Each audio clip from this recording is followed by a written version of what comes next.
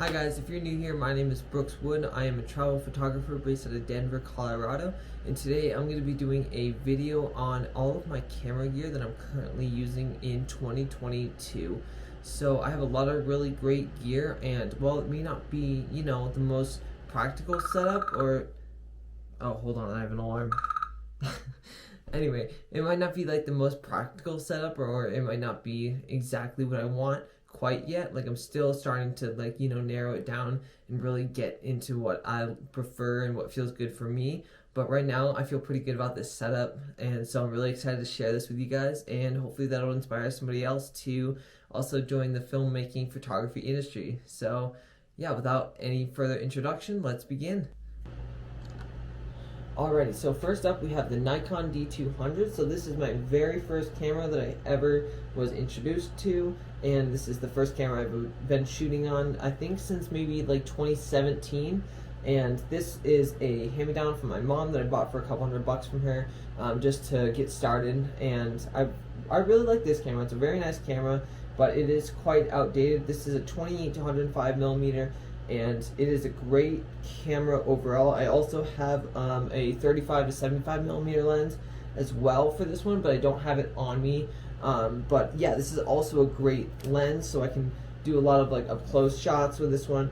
But my thing about this one is it's also really hard to control the settings on this one, and like personally it doesn't really work for me as well as the next camera that I'm going to show you. In context, like, these two are both really nice, but my second one has a lot better features. But let me not get ahead of myself. But yeah, overall it's a great camera. There's not really much else to say about it. It's obviously outdated. It's got some, you can see here, it's got some dings and dents from, my mom using it before. So it's overall a great camera, and I am hopefully going to be selling it soon, unfortunately. But, hopefully that'll allow me to expand my knowledge, and I'm thinking about getting another camera with the brand of camera that I'm about to show you next. Alrighty guys, so the next camera I'm going to be showing you is my favorite one that I'm currently shooting on. This is the Lumix G85. This is my baby. I love this camera a lot. This is a fixed 25 millimeter lens, and it has an aperture of 2.8, and I think it goes down to ISO like 200 or 100, so it's amazing. So I can get really low light shots, and I can also get a lot of the, I think it's called the bokeh effect, which is really cool. And so I really like this camera and this lens specifically. But I also have two other lenses on for this camera as well that I purchased. So I have that one, and then I have this one here. This one is going to be my 100 to 300 millimeter lens. This is an awesome lens. I can go out and take photos of birds, wildlife, and I can do like street portraits or city photos, like way up high on buildings and that kind of stuff with this one. And this is an awesome camera. It's got power OIS. It's a 100 to 300 millimeter, so I love being able to just go out and take street pictures and like photos in the city and that kind of stuff, but like up close. So this is also a great lens. And then my third lens is going to be the one that originally came with the camera. So I bought this Lumix G85 in a kit, and this one actually came with the kit. Let me show you real quick. I like to put the lens caps on and just right afterwards, because I'm paranoid about getting dirt and everything in the lens, so gotta be proactive about that. Alright, and then this lens, this is the one that came in the box. This is the 12 to 60, and it's got an aperture of 4.5 as well, so it's about the same as the 100 to 300 millimeter, which is not terrible. And it's got a zoom, so it's not fixed. Great overall lens. I like it a lot. This was kind of what I started out with before I bought my 100 to 300 millimeter lens, which is nice. But I mean, I was looking for something a little more in depth so I could get further range. Overall, I also like this lens a lot. That is a great option if you're looking for starter cameras. I think this one costed me around $800.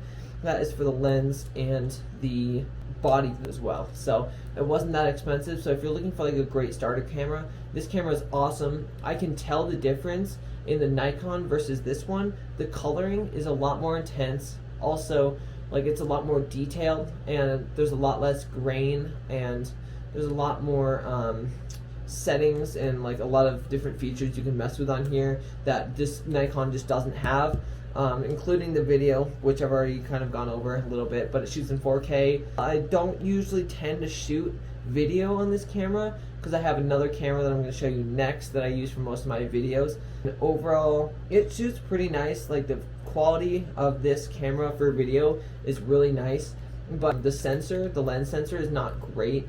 Like, it shakes around a lot and like bounces, so it kind of looks bouncy, and like with stabilization when you do like your after edits and everything, it's not personally my favorite, but I really like it overall for just regular photography, street art, that kind of stuff. So yeah, and I will introduce you now to the next piece of equipment. Alright, so I don't know if you can tell, but I actually switched over to my phone to film this part because I was using the other piece of equipment that I'm going to show you guys now. So this is the DJI Pocket 2. This is a great little camera, and it shoots in video, and it shoots also, it can do photos, time lapses, it can do a lot of amazing features, and so it can even do like long exposures too, which really surprised me because it's a really cool way to like go out and, you know, you don't have to set up your tripod and all that, because it actually has a little, I don't know if you can tell, ooh, that was really high up. Yeah, so right here, it's got like the little, well, it does have the adjustment for the tripod, but also you can just set it right on the flat ground anywhere, and you can just do your photos. So it's not like it requires a tripod, so you don't have to be lugging a tripod around anywhere.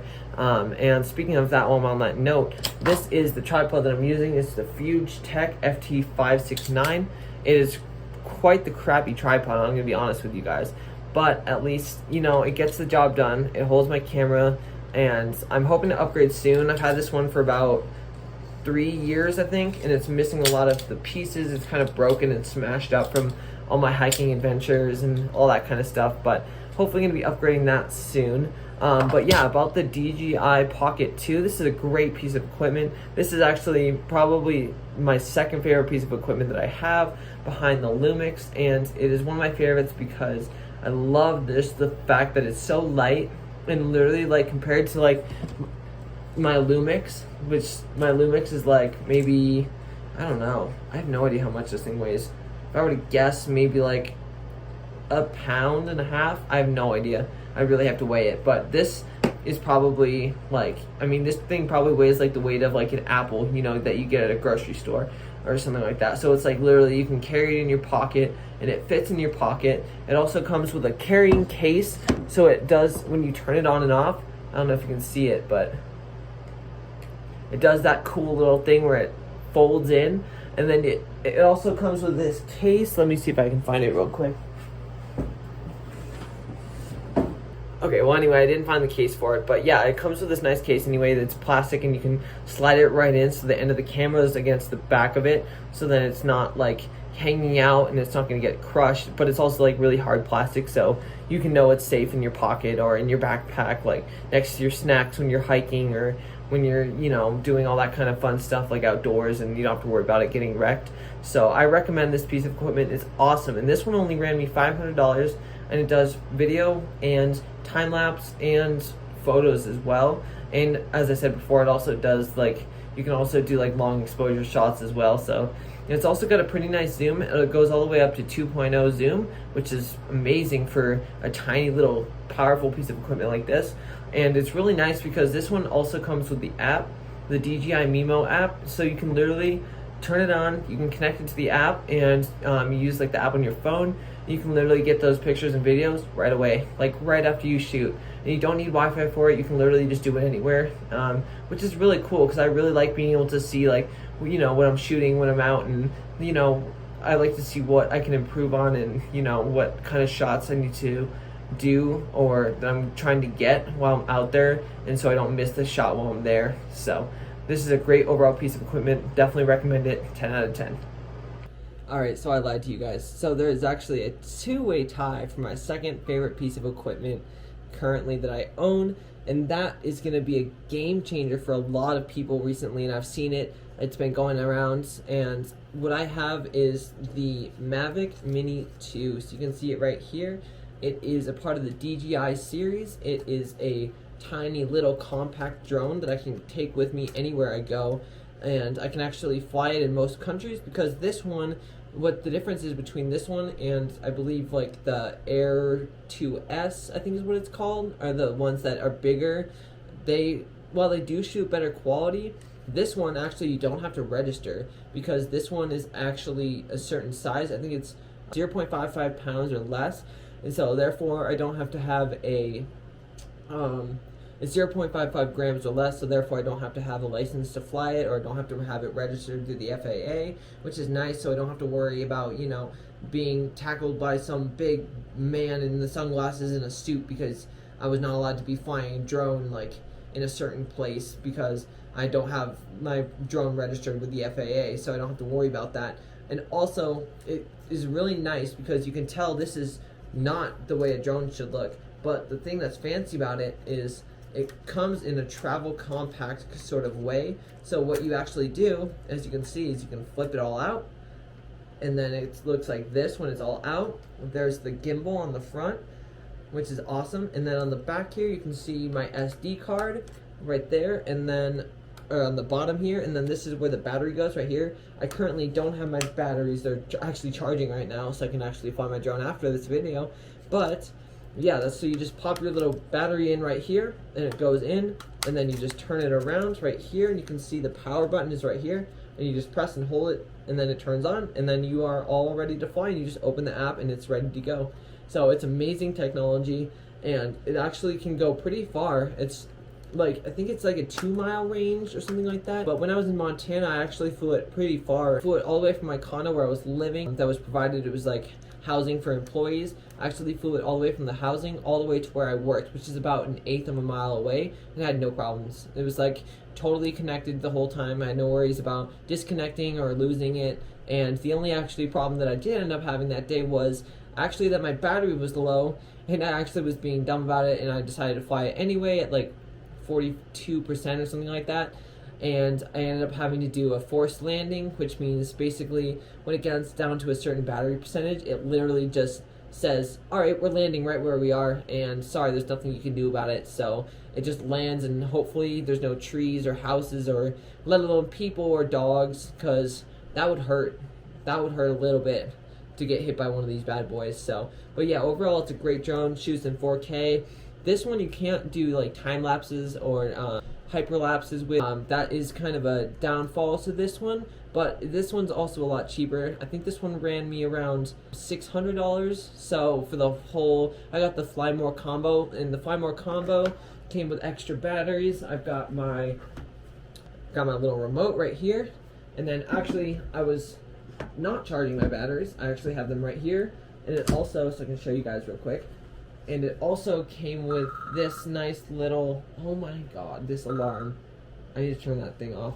Anyway, then it also comes with this nice little DJI battery pack. So it holds 3 batteries. So these are the batteries. This is what the batteries look like. This one's actually black because, fun story, this is not my first drone. This is not my second drone, but this is actually the 3rd drone that I've ever owned in my life. First 2, I crashed.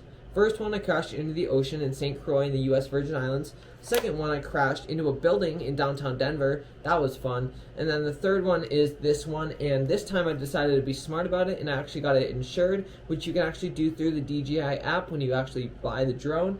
And it's a nice thing to have just in case, and apparently I didn't learn that the first 2 times, so this time hopefully I'll have some better luck with that. So overall, this is a great drone to have if you're just a beginner flyer, and honestly you don't even really need any of that like nice gear, because you don't need the 2S. Like, this camera still shoots in 4K.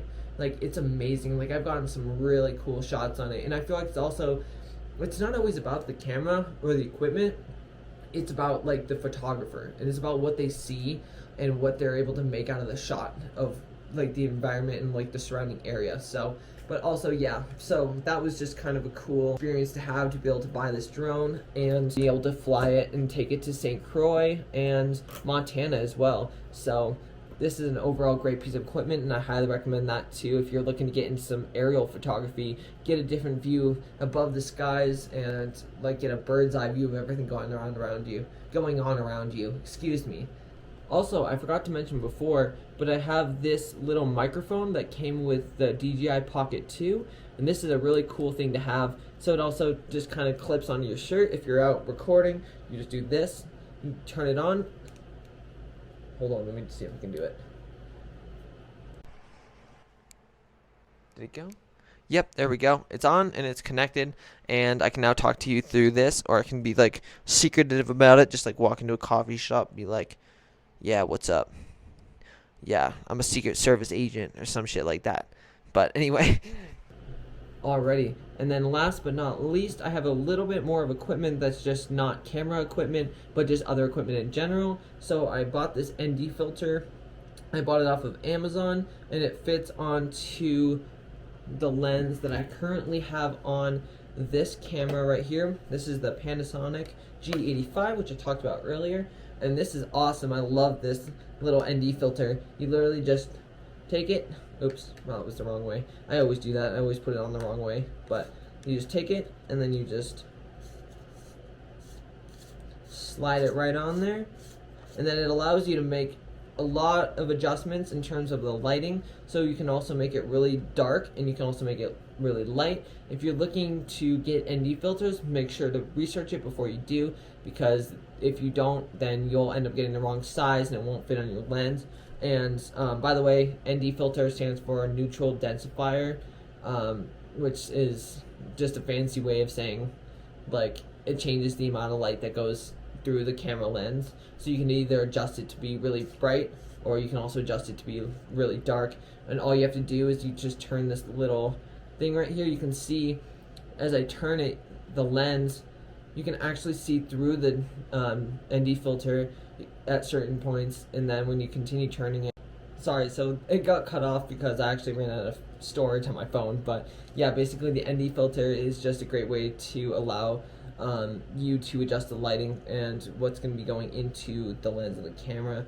So basically, if you were looking to get any of those, you can buy them pretty cheap off of Amazon, or if you're looking for something more specific, you can always go check out Peter McKinnon. Shout out to Peter McKinnon, because he is an awesome photographer, and he actually has custom made ND filters that you can actually buy through his website. So definitely go check those out, guys. This is not a promotion at all, just so you know.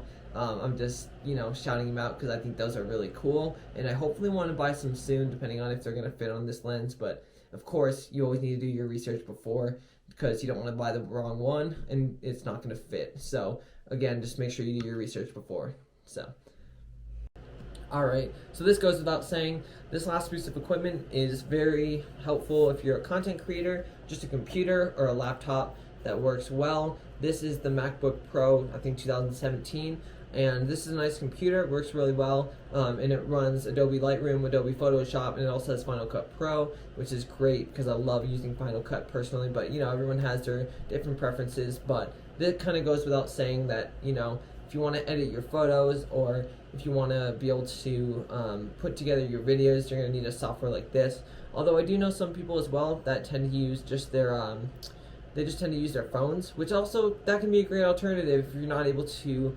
afford a computer, or if you're just starting out and you don't really have the funds. That totally makes sense. You can just edit all your stuff on your computer as well. Or I mean, you can just edit all your stuff on the, oh my god, my phone is so distracting. Or you can just edit all your photos on your phone as well, or all your videos as well. And I'll be making a separate video soon about different apps that you can use if you're a beginner and you just want to edit all your stuff on your phone. And I will be making a video for that shortly soon as well.